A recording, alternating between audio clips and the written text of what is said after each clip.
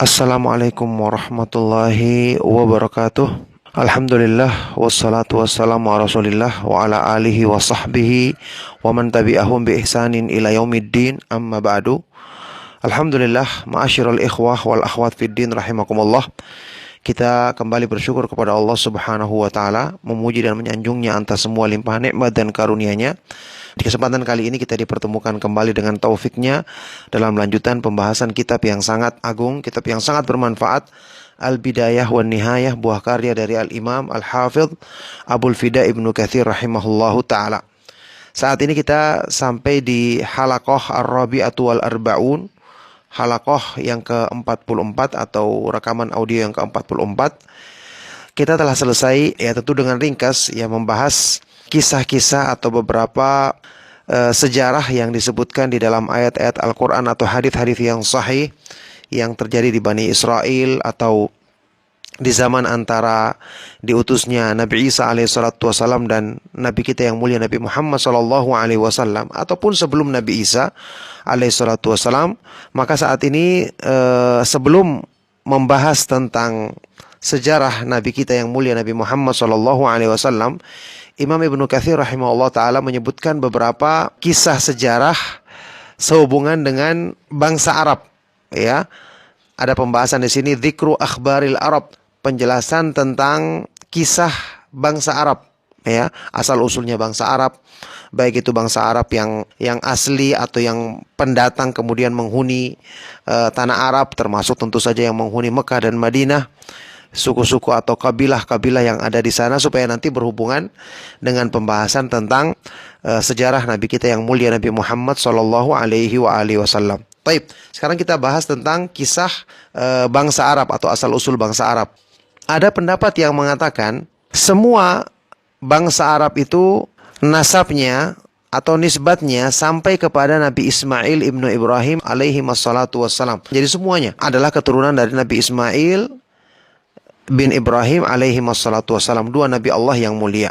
Tapi sudah kita bahas kemarin yang pendapat yang sahih, dan inilah yang masyhur, yang populer, bahwa Arab itu kan ada dua, ada yang Aribah, Arab asli, bahkan mereka sudah ada sejak sebelum Nabi Ibrahim alaihi wassalatu wassalam, yang disebut dengan Al-Arabul Aribah. Ya, diantaranya adalah Ad, kaum Thamud, ya, ada Judais, ada Tasimim, ada Umaim, ada Jurhum, Al-Amalik. Ya, sudah kita bahas waktu di kisahnya Nabi Ibrahim alaihissalatu wassalam ketika beliau menempatkan istrinya Hajar di Mekah. Datanglah beberapa kabilah, di antaranya kabilah Jurhum, kemudian tinggal bersamanya. Berarti mereka sudah ada sebelum itu.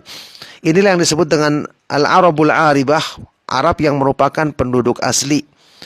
Ya, tentu banyak suku-suku lain yang cuma Allah Subhanahu wa ta'ala yang mengetahuinya. Mereka ini keberadaannya sebelum Nabi Ibrahim alaihissalatu wassalam, juga ada di zaman Nabi Ibrahim alaihissalatu wassalam. Taib, itu Arab yang penduduk asli. Kemudian ada yang disebut dengan Al-Arabul Musta'rabah atau Al-Musta'ribah, orang Arab yang datang kemudian tinggal di wilayah Hijaz, Mekah, sekitar Mekah dan Madinah.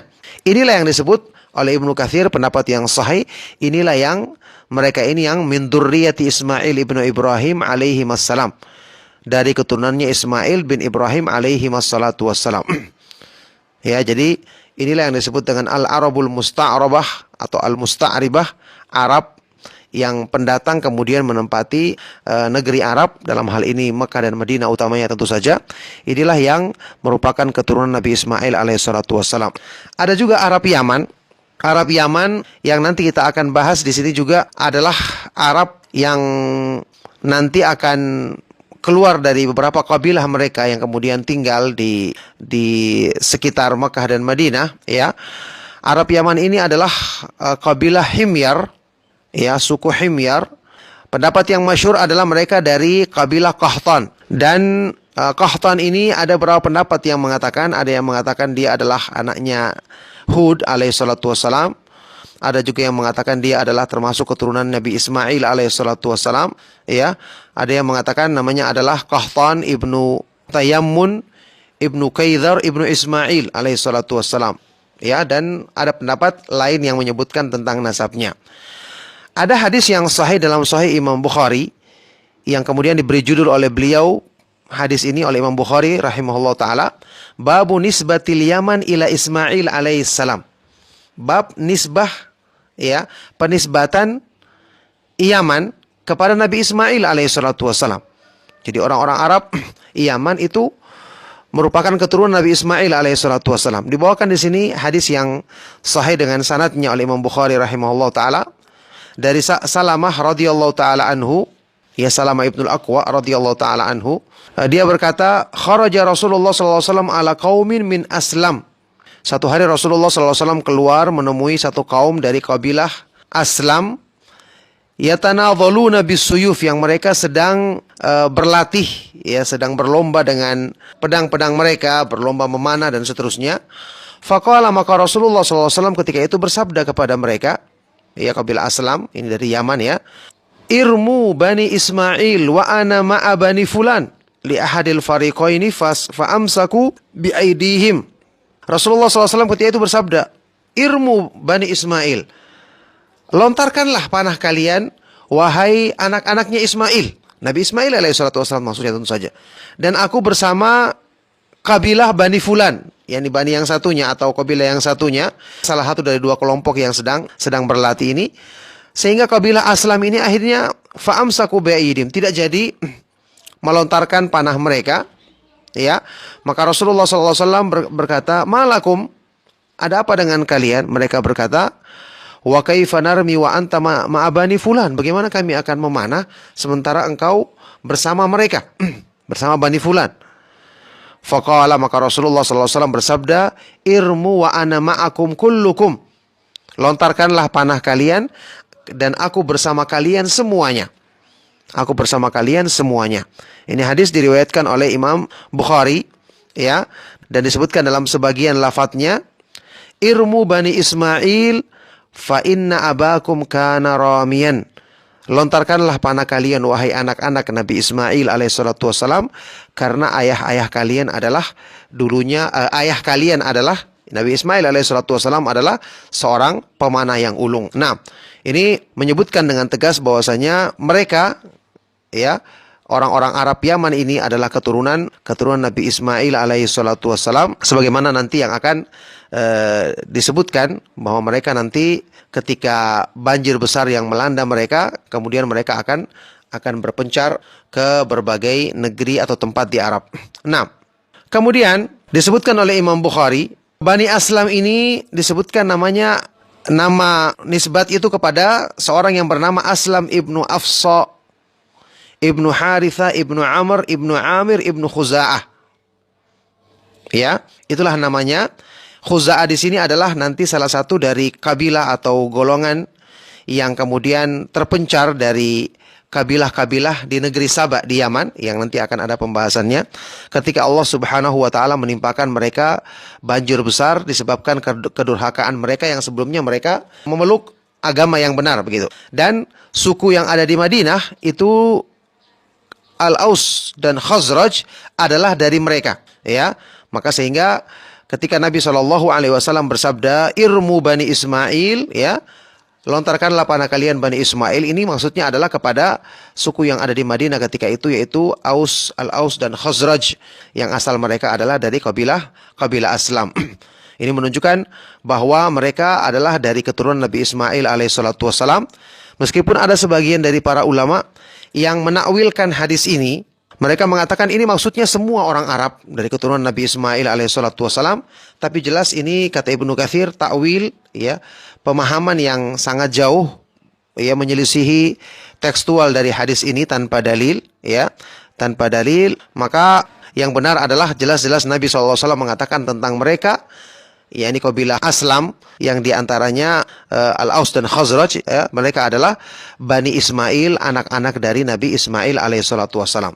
Ya, memang dalam hal ini, ya, ma'asyiral ikhwa wal akhwat fid din rahimakumullah, jumhur ulama berpendapat bahwa kabilah Arab Qahtan yang termasuk dari orang-orang Arab Yaman, mereka mengatakan mereka ini bukan dari keturunan Nabi Ismail alaihissalatu wassalam, ya, karena mereka, jumhur ulama ini membagi Arab itu menjadi dua bagian, dua golongan besar, ya, Qahtaniyah, dan Adnaniyah. Qahtaniyah dan Adnaniyah. Ini pembagian jumhur ulama, mayoritas ulama. Qahtaniyah terbagi nanti menjadi dua cabang besar, yaitu kaum Saba yang ada di Yaman, Hadramaut juga di Yaman, ya. Saba dan Hadramaut. Adapun Adnaniyah ini juga menjadi dua cabang besar, yaitu Rabi'ah dan Mudhar. Rabi'ah dan Mudhar, keduanya ini adalah putra dari Nazar ibnu Ma'ad ibnu Adnan. Ya, jadi Rabi'ah dan Mudhar ini yang dikatakan mereka inilah Adnaniyun. Menurut jumhur ulama, mereka inilah yang merupakan keturunan dari Nabi Ismail bin Ibrahim alaihi wassalatu wassalam. Adapun Qahtaniyah bukan termasuk keturunan Nabi Ismail, kata mayoritas dari para ulama. Nah, jadi ini pembagian yang disebutkan oleh para ulama atau jumhur atau mayoritas dari para ulama. Kemudian disebutkan di sini, ya, jadi kita jadikan pendapat jumhur di sini yang membagi orang Arab menjadi dua bagian besar tadi, yaitu Qahtaniyah dan Adnaniyah. Ya, mereka mengatakan bahwasanya Qahtaniyah ini bukan termasuk keturunan Nabi Ismail bin Ibrahim alaihissalatu wassalam, yang merupakan keturunan Ismail bin Ibrahim alaihissalatu wassalam adalah kabilah Adnaniyah yang terbagi dua tadi, Rabi'ah dan Mudhar. Taib, sekarang ya secara ringkas Ibnu Katsir rahimahullah ta'ala akan memulai pembahasan dengan menyebutkan kabilah Qahtaniyah dulu yang ada di Yaman. Baru setelah itu dia menyebutkan kabilah Arab yang ada di Hijaz, yaitu Adnaniyah, yang merupakan keturunan Nabi Ismail bin Ibrahim alaihissalatu wassalam berdasarkan pendapat jumhur ulama, ya, karena tentu ini akan ada hubungannya nanti dengan hal-hal yang berhubungan di masa jahiliyah, supaya nanti ada kaitannya dengan sejarah, ya, Rasulullah Shallallahu Alaihi Wasallam. Baik, Qahtan tentu disebutkan di dalam sebuah hadis yang sahih dalam Sahih Imam Bukhari. Rasulullah Shallallahu Alaihi Wasallam dari Abu Hurairah radhiyallahu taala anhu, Rasulullah Shallallahu Alaihi Wasallam pernah bersabda, la taqumus sa'atu hatta yakhruja rajulun min Qahtan yasukun nasa bi'asahu. Ya, Imam Bukhari membawakan dengan sanadnya dari Abu Hurairah radhiyallahu taala anhu, Rasulullah SAW bersabda, tidak akan terjadi hari kiamat sampai keluar seorang laki-laki dari kabilah Qahtan, dia akan menggiring manusia dengan tongkatnya. Hadis riwayat Imam Al-Bukhari dan Muslim. Ini menunjukkan bahwa Qahtan ini adalah kabilah yang pernah disebutkan di dalam hadis Rasulullah SAW. Makanya Imam Bukhari membawakannya dalam bab dzikri Qahtan, penyebutan tentang kabilah Qahtan atau Qahtaniyah. Taib, Qahtan sudah disebutkan tadi, ya, di antara kabilah besarnya, ya, adalah kabilah Saba, kaum Saba. Kaum Saba yang disebutkan dalam Al-Qur'an di surat Saba, ya. Allah Subhanahu wa taala berfirman tentang nikmat yang Allah berikan kepada mereka, kemudian setelah mereka kufur, mendustakan rasul yang diutus kepada mereka, berbuat syirik, maka Allah menggantinya dengan bencana besar. Taib. Allah berfirman, a'udzubillahi minasyaitonir rajim.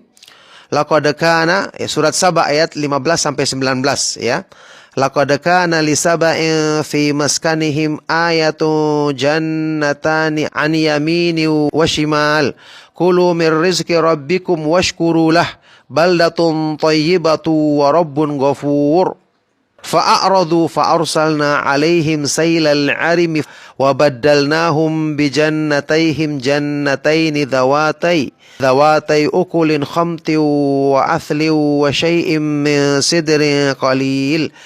Dzalika jazainahum bima kafaru wa hal nujazi illa al-kafur. وَجَعَلْنَا بَيْنَهُمْ وَبَيْنَ الْقُرَى الَّتِي بَارَكْنَا فِيهَا قُرًى ظَاهِرَةً وَقَدَّرْنَا فِيهَا السَّيْرَ سِيرُوا فِيهَا لَيَالِيَ وَأَيَّامًا آمِنِينَ فَقَالُوا رَبَّنَا بَاعِدْ بَيْنَ أَسْفَارِنَا وَظَلَمُوا أَنفُسَهُمْ فَجَعَلْنَاهُمْ أَحَادِيثَ وَمَزَّقْنَاهُمْ كُلَّ مُمَزَّقٍ إِنَّ فِي ذَلِكَ لَآيَاتٍ لِكُلِّ صَبَّارٍ شَكُورٍ. Sungguh pada kaum Saba telah terdapat di tempat tinggal mereka terdapat tanda kekuasaan Allah Subhanahu wa taala berupa dua kebun atau dua taman yang ada di samping kanan dan di kiri. Makanlah, ya, dari rezeki yang Allah Subhanahu wa taala berikan kepada kalian dan bersyukurlah kepadanya. Negeri kalian adalah negeri yang baik dan Rabb atau Tuhan kalian adalah Tuhan yang Maha Pengampun. Ini negeri Saba yang disebutkan sangat makmur, tumbuh-tumbuhannya sangat subur, buah-buahnya sangat lebat, bahkan disebutkan udara mereka sangat sehat sehingga tidak ada hewan-hewan yang menyakiti seperti nyamuk, lalat atau yang lainnya. Ini karena makmurnya negeri mereka. Itu pendapat sebagian dari para ulama tentu saja. Kemudian mereka berpaling, yakni diutus Rasul kepada mereka. Kemudian mereka mendurhakainya, berbuat syirik, melakukan kezaliman. Mereka berpaling, maka kami kirimkan kepada mereka sailal arim, sebuah banjir bandang yang besar. Lalu kami gantikan setelah itu 2 kebun tadi dengan 2 kebun yang memiliki buah-buah yang pahit. Kemudian pohon athal dan sedikit dari pohon sidr, ya, pohon-pohon yang buruk tentu yang berduri, ya, dan tidak memiliki buah seperti sebelumnya. Demikianlah kami berikan balasan atas kekufuran mereka, dan tidak lain yang kami berikan balasan hanyalah kepada orang-orang kafir saja. Dan kami jadikan di antara mereka dan negeri-negeri yang kami berikan berkah, ada beberapa negeri-negeri yang berdekatan dan kami tentukan jarak perjalanan. Berjalanlah kalian di tempat-tempat tersebut di siang maupun malam hari dalam keadaan aman. Maka mereka berkata, wahai Rabb kami, jauhkanlah di antara perjalanan kami, dan mereka mendolimi diri mereka sendiri, maka kami jadikan mereka sebagai pembicaraan dan kami hancurkan mereka sehancur-hancurnya. Sesungguhnya pada yang demikian terdapat tanda-tanda kekuasaan Allah bagi orang-orang yang selalu bersabar dan bersyukur. Nah, inilah kisah tentang kaum Saba. Disebutkan di sini, para ulama ahli nasab termasuk Imam Muhammad ibnu Ishaq menyebutkan Saba ini namanya adalah Saba min Abdus Syams atau Abdus Syams ibnu Yashkhab ibnu Yashjab ibnu Ya'rub ibnu Qahtan. Disebut dengan Saba, ada yang mengatakan karena mereka yang pertama kali mengambil tawanan dari kalangan orang-orang Arab, maka dinamakan dengan Saba. Sebagian dari para ulama menyebutkan, ya, mereka juga yang raja-raja mereka juga yang pertama kali memakai mahkotah pimpinan-pimpinan mereka. Dan sebagian juga menyebutkan bahwa mereka itu, dia adalah Saba ini aslinya adalah dia seorang muslim, ya. Jadi Saba ini yang pertama kali memakai mahkota, kemudian dia adalah seorang muslim karena dia memiliki sebuah syair yang di situ memberikan kabar gembira tentang keberadaan tentang diutusnya Rasulullah Shallallahu Alaihi Wasallam nanti sebagai Rasul yang terakhir. Nah, ada sebuah hadis dari Rasulullah Shallallahu Alaihi Wasallam yang diriwayatkan dalam Sunan Abi Dawud, Musnad Imam Ahmad, dinyatakan sahih oleh Syekh Al-Albani rahimahullah ta'ala. Ada seorang laki-laki yang pernah bertanya kepada Rasulullah SAW tentang Saba. Ma huwa arajulun aw imra'atun am ard? Ya Rasulullah, apa ini Saba? Apakah dia seorang laki-laki, seorang perempuan, atau tempat di muka bumi ini? Qala, maka Rasulullah SAW bersabda, bal huwa rajulun walada asyratan fasakana al-Yaman. Ya, dia adalah seorang laki-laki yang memiliki 10 orang anak yang kemudian tinggal di Yaman. Kemudian di antaranya yang tinggal di Yaman 6 orang, kemudian tinggal di Syam 4 orang. Ya, disebutkan suku-sukunya. Ini adalah hadis yang sahih dari Rasulullah SAW menyebutkan tentang orang yang bernama Saba ini. Jadi Saba ini adalah asal dari kabilah-kabilah ini. Ya, kabilah-kabilah ini yang ada di Yaman, kemudian ada di negeri Syam. Taib, kemudian disebutkan oleh sebagian dari para ulama seperti Imam Muhammad ibnu Ishaq, dia meriwayatkan dari Wahab ibnu Munabbih bahwa Allah Subhanahu wa taala mengutus kepada mereka kaum Saba ini 13 nabi. Ya, 13 nabi yang kemudian, ya, tentu saja mereka mendustakan.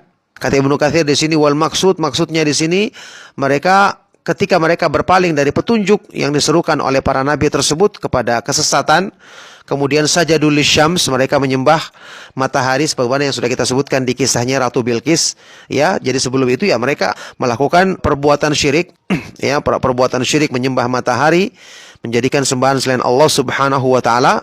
Maka itu berlalu masa yang panjang setelah Ratu Bilqis juga mereka melakukan hal tersebut, sampai kemudian Allah Subhanahu wa taala sebutkan di ayat ini, ditimpakan kepada mereka banjir bandang yang sangat besar yang disebut dengan Sailul Arim. Ini dari bendungan mereka sendiri, ketika mereka memang punya bendungan besar untuk mengairi kebun-kebun mereka itu, kemudian Allah Subhanahu wa taala jadikan banjir besar dari bendungan tersebut.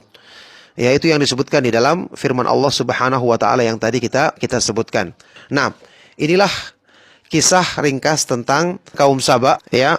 Yang kemudian ya tentu Ibnu Katsir juga di sini mengingatkan bahwa ketika terjadinya banjir bandang besar itu, ya kaum Saba kan berpencar-pencar ya karena mereka kehilangan harta, kehilangan tempat tinggal, mereka berpencar-pencar tapi tidak semua meninggalkan negeri Yaman, bahkan sebagian besar mereka menetap. Ya, jadi kata beliau di sini tidak semua penduduk Saba itu kharaju minal Yaman, keluar dari Yaman ketika mereka ditimpa banjir besar tersebut.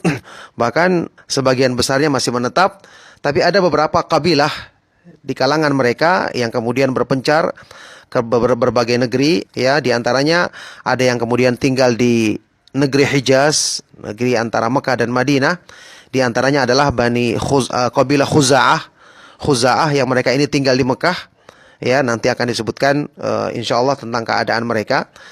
Kemudian juga ada yang tinggal di kota Madinah saat ini, ya, dan mereka inilah yang pertama kali tinggal di Madinah, ya.